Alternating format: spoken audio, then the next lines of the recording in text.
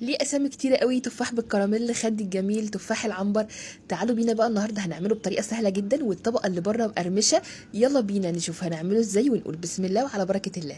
اول حاجه جبت كوبايتين من السكر، حطيت عليهم كوبايه من الميه، بعد كده هدوب السكر والميه كويس جدا وهفتح عليهم النار. طبعا ده لما بنشوفه بنفتكر المصيف في الصيف والايام الحلوه بتاعتنا واحنا صغيرين. بعد كده اول ما غلى كده حطيت عليه نص ليمونه، وحطيت عليه كمان لون طعام صحي ده بيتجاب من عند العطار. هسيبه يغلي شويه وانا مهديه النار، واهم حاجه ايدي فيه، وهفضل اقلب فيه لحد ما القوام بتاعه بقى تقيل كده.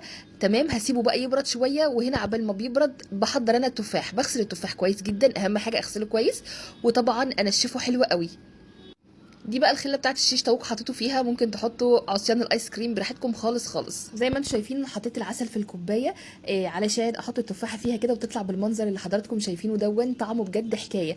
عايزه اعرف بقى انتوا بتقولوا عليه ايه؟ احنا هنا في بورسعيد بنقول عليه خد الجميل. اكتبوا لي انتوا كمان بتقولوا عليه ايه. واهم حاجه ما تنسوش لو وصلت لهنا تصلوا على النبي وتتابعوني. انا ساره جمال من بورسعيد. باي باي حلوين. بابا حوي.